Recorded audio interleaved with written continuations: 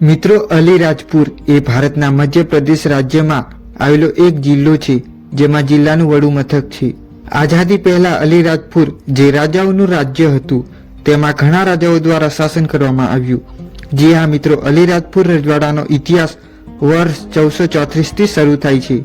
અલીરાજપુર રજવાડું એ ભારતની દેશી રિયાસતોમાંથી એક છે. તો મિત્રો, આજે આપણે 580 વર્ષ જૂનો અલીરાજપુર રાજ્યનો ઇતિહાસ જાણવાના છીએ, તો વિડીયોમાં બન્યા રહો. મિત્રો, અલીરાજપુર રાજ્યનો પ્રારંભિક ઇતિહાસ બહુ સ્પષ્ટ નથી. રાજ્યની સ્થાપના આનંદ દેવે અથવા ઉદયદેવે કરી. તેઓ મૂળ ભારતના હતા. અલીરાજપુરના શાસકો જોધપુરના રાજવી પરિવારના રાઠોડ રાજવંશના વંશજ હોવાનો દાવો કરવામાં આવ્યો છે.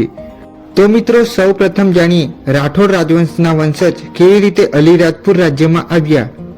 રાઠોડ એ સૂર્યવંશી રાજપૂત કુળના શાસકો હતા. આ કુળનો વંશ હિન્દુ મહાકાવ્ય રામાયણના પૌરાણિક નાયક રામ અને તેમના દ્વારા સૂર્યદેવ સૂર્ય સુધી પહોંચે છે. તેથી જ રાઠોડ પોતાને સૂર્યવંશી અથવા સૂર્યનો પરિવાર પણ કહે છે. રાઠોડ સૂર્યવંશી વંશના રાજાઓ કનોજ, જે હાલનું ઉત્તર પ્રદેશ, ત્યાં તેઓનું શાસન હતું. વર્ષ 1194 ના સમયગાળા દરમિયાન ભારતમાં મુસ્લિમ આક્રમણો વધી રહ્યા હતા, જેમાં શહાબુદ્દીન મોહમ્મદ ઘોરીએ કનોજ પર આક્રમણ કર્યું, જેમાં શક્તિશાળી જૈતનને હરાવ્યો. તેથી તેમના પુત્ર સેવોજી તેઓ 1226માં મારવાડ તરફ સવારી કરીને આવ્યા હતા. તેમાં મારવાડ પર તેમનું શાસન શરૂ કર્યું. ત્યાર પછી ધીરે ધીરે મોટો પ્રદેશ કબજે કર્યો. ત્યારબાદ અનેકો મુસ્લિમ આક્રમણો થયા હતા. ત્યારબાદ તેમના વંશજો અનેકો જગ્યાએ સ્થળાંતર થઈ ગયા. રાજોધા એ નવા કિલ્લાની સ્થાપના કરી હતી. તેથી જોધપુરમાં રાઠોડ રાજવંશના વંશજ રાજ કરતા હતા. મિત્રો, જોધપુરના રાઠોડ રાજવંશના વંશજમાંથી રાજા જયપાલના વંશજો રામટકે અથવા રામનગર માધાતા અને ત્યાંથી તેઓ બાબરા પછી મોતીફૂલમાં સ્થળાંતર થયા. ત્યાર પછી અલીરાજપુર ગયા. અલીરાજપુરમાં જ્યારે તે સમયે મૂળ આદિવાસી ભીલ સરદારોનું શાસન હતું. વર્ષ 1437 પહેલા આલિયા ભીલનું શાસન હતું. તેથી આલિયા નામથી જાણીતો હતો આ પ્રદેશ.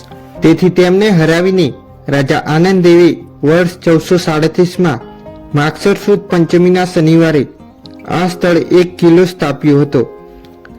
અલીરાજપુર રાજ્યની સ્થાપના વિશે અનેકો દંતકથાઓ પણ જોડાયેલી છે. ત્યાર પછી તેમના વારસદારોમાંના એક આનંદ દેવે અથવા ઉદયદેવે 1437માં આનંદવાલી ખાતે એક કિલ્લો બનાવડાવ્યો, જે પાછળથી અલી તરીકે જાણીતો બન્યો અને તેમના નવા રાજ્યની રાજધાની બન્યો. પ્રારંભિક ઇતિહાસ વધુ સ્પષ્ટ નથી. રાજ્યના સ્થાપક આનંદદેવ હતા. મિત્રો, રાજ્યનું નામ અલીના કિલ્લા અને રાજપુર રાજધાની પરથી પડ્યું. તો મિત્રો, આવી રીતે થઈ હતી અલીરાજપુર રાજ્યની સ્થાપના. હવે વાત કરીએ અલીરાજપુરમાં શાસન કરનારા રાઠોડ વંશના શાસકો વિશે. તેઓ રાણાનું બિરુદ ધરાવતા હતા. રાણા આનંદદેવ અલીરાજપુર રાજ્યના પ્રથમ રાજા હતા અને સ્થાપક હતા. તેઓ રાઠોડ રાજવંશના વંશજ હતા.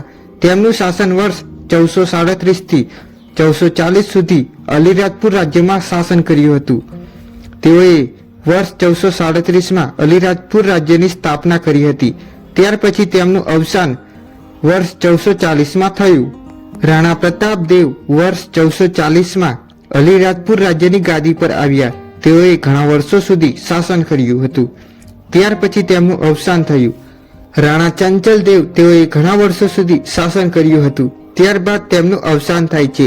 તેમના અવસાન પછી રાણા ગુગલદેવ, તેમના અવસાન પછી રાણા બચ્છરાજદેવ, તેમના અવસાન પછી રાણા દીપદેવ, તેમના અવસાન પછી રાણા પહાડદેવ, તેમના અવસાન પછી રાણા ઉદયદેવ.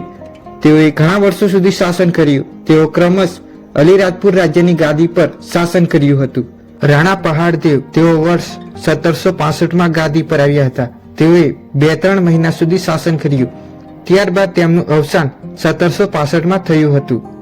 રાણા પ્રતાપસિંહ વર્ષ 1765માં અલીરાજપુર રાજ્યની ગાદી પર આવ્યા. તેઓએ ઘણા વર્ષો સુધી શાસન કર્યું. ત્યારબાદ તેમનું અવસાન 1818માં થયું. મિત્રો, પ્રતાપસિંહના અવસાન પછી મુસાફિર મેકરાણા દ્વારા રાજ્ય પર કબજો કરવામાં આવ્યો હતો. તેઓ અગાઉ અલીરાજપુર રાજ્યમાં મેનેજર રહ્યા હતા. ત્યારબાદ તેમને હાંકી કાઢવામાં આવ્યા અને પ્રતાપસિંહના પુત્ર જસવંતસિંહના લઘુમતી દરમિયાન તેમને રાજ્યના મેનેજર તરીકે નિયુક્ત કરવામાં આવ્યા. રાણા જસવંતસિંહ અલીરાજપુર રાજ્યમાં વર્ષ 1839માં ગાદી પર આવ્યા. તેઓએ ઘણા વર્ષો સુધી શાસન કર્યું. ત્યાર પછી તેમનું અવસાન વર્ષ 1862માં થયું. રાણા ગંગાદેવ વર્ષ 1862માં અલીરાજપુર રાજ્યમાં રાજા તરીકે નિયુક્ત થયા. તેમના શાસનકાળ દરમિયાન વર્ષ 1839માં બ્રિટિશ સરકાર દ્વારા ગાદી છીનવી લેવામાં આવી. દર મહિને 1000 રૂપિયાનું ભાડું આપવામાં આવ્યું. મોહમ્મદ નજબ ખાનને સુપ્રિન્ટેન્ડન્ટ તરીકે નિયુક્ત કરવામાં આવ્યા. ત્યાર પછી તેમનું અવસાન વર્ષ 1871માં થયું. રાણા રૂપદેવ વર્ષ 1869માં અલીરાજપુર રાજ્યની ગાદી પર આવ્યા. તેમનો જન્મ 1847માં થયો. તેમના મોટા ભાઈ રાણા ગંગાદેવ પછી ગાદી પર આવ્યા હતા. તેમના પિતા રાણા જસવંતસિંહ હતા. રાણા રૂપદેવને કોઈ વારસદાર ન હતો, તેથી તેઓએ સોડવાથી કુંવર વિજયસિંહને દત્તક લીધા. ત્યાર પછી તેમનું અવસાન વર્ષ 1881માં થયું. રાણા વિજયસિંહ તેઓએ વર્ષ 1881માં અલીરાજપુર રાજ્યની ગાદી પર આવ્યા. તેમના પિતરાઈ ભાઈ કુંવર પ્રતાપસિંહ હતા. તેઓ સોડવામાં ઠાકુર ભગવાનસિંહજીના પુત્ર હતા. તેમને રાણા રૂપદેવ દ્વારા દત્તક લેવામાં આવ્યા હતા. તેમણે 1888માં ઇન્દોરની દિલ્હી કોલેજમાં શિક્ષણ મેળવ્યું. ત્યાર પછી તેમનું અવસાન 1890માં થયું. મહારાજા પ્રતાપસિંહજી વર્ષ 1891માં અલીરાજપુર રાજ્યની ગાદી પર આવ્યા. તેઓ સોડવાના ઠાકુર ભગવાનસિંહજીના પુત્ર હતા. તેઓએ દિલ્હી કોલેજ ઇન્દોરમાં શિક્ષણ મેળવ્યું હતું.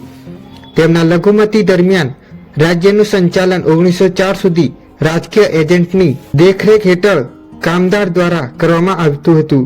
1902 પછી સંપૂર્ણ શાસક સત્તાઓ આપવામાં આવી. તેમના શાસનકાળ દરમિયાન 1902માં મેજિસ્ટ્રેટ ફર્સ્ટ ક્લાસ બનાવવામાં આવ્યા. મિત્રો, અલીરાજપુર રાજ્ય 1817માં અંગ્રેજોના શાસન હેઠળ આવ્યું હતું, જેથી 1920માં 11 તોપોની સલામી આપવામાં આવી અને 1901માં અલીરાજપુર રાજ્ય વારસાગત બનાવવામાં આવ્યું. 1900માં કાઠીવાડા ઠાકોર બહાદુરસિંહ પુત્રી સાથે લગ્ન કર્યા. 1902માં છોટા ઉદેપુરના કુમાર ચંદ્રસિંહ જીતસિંહજીની પુત્રી સાથે લગ્ન કર્યા. તેમને એક પુત્ર અને એક પુત્રી હતી. રાજા પ્રતાપસિંહ એ વર્ષ 1941માં ગાદીનો ત્યાગ કર્યો. ત્યારબાદ તેમના પુત્ર મહારાજા ફતેહસિંહ વર્ષ 1941માં અલીરાજપુર રાજ્યની ગાદી પર આવ્યા. તેમનો જન્મ 22 ઓગસ્ટ 1904માં થયો. 19મી જુલાઈ 1915ના રોજ લેફ્ટનન્ટ કર્નલની પુત્રી કુંવરી સાહિબા રાજેન્દ્ર કુંવરબા સાથે સગાઈ થઈ હતી. મિત્રો, રાજા ફતેહસિંહનું ટૂંકું શાસન હતું, માત્ર 2-3 માસનું હતું. તેમને 2 પુત્રો હતા. તેમનું અવસાન 1941માં થયું. મહારાજા સુરેન્દ્રસિંહ વર્ષ 1941માં અલીરાજપુર રાજ્યની ગાદી પર આવ્યા. તેમનો જન્મ 1923માં થયો. તેઓએ ઇંગ્લેન્ડની માર્બરો કોલેજમાં શિક્ષણ મેળવ્યું. તેમના શાસનકાળ દરમિયાન ભારત દેશને 1947માં અંગ્રેજોના શાસનથી આઝાદી મળી, જેમાં ભારતનું વિભાજન થયું, જેમાં ભારતના મૂળ ભૂતપૂર્વ રાજ્યો અને નવા રચાયેલા ભારત સંઘ અને પાકિસ્તાન, જેમાં ગમે તે એક સાથે જોડાવાનો વિકલ્પ આપવામાં આવ્યો હતો. ત્યારે અલીરાજપુર રાજ્યના રાજા સુરેન્દ્રસિંહ એ ભારત સંઘમાં સામેલ કર્યું. ત્યારબાદ મધ્ય ભારતમાં ભેળવી દેવામાં આવ્યું, જે પછીથી 1 નવેમ્બર 1956ના રોજ મધ્યપ્રદેશ રાજ્ય બન્યું. અંગ્રેજોના શાસનકાળ દરમિયાન અલીરાજપુર રજવાડું, જે વહીવટી રીતે મધ્ય ભારત એજન્સીના ભૂપાવર એજન્સી પેટા વિભાગમાં હેઠળ આવતું હતું. આ રાજ્ય 2165 ચોરસ કિલોમીટરના ક્ષેત્રફળને આવરી લેતું હતું. 1901માં તેની વસ્તી 50,185 હતી. રાજ્ય ધ્વજમાં લાલ અને સફેદના 12 પટ્ટાઓ હતા. રાજા પાસે વિવિધ રંગોનો 5 પટ્ટાઓ વાળો એક વ્યક્તિગત ધ્વજ હતો. અલીરાજપુર રાજ્ય બ્રિટિશ શાસન સામેના ભારતીય સંઘર્ષમાં ભારતીય ક્રાંતિકારી ચંદ્રશેખર આઝાદનું જન્મસ્થળ છે.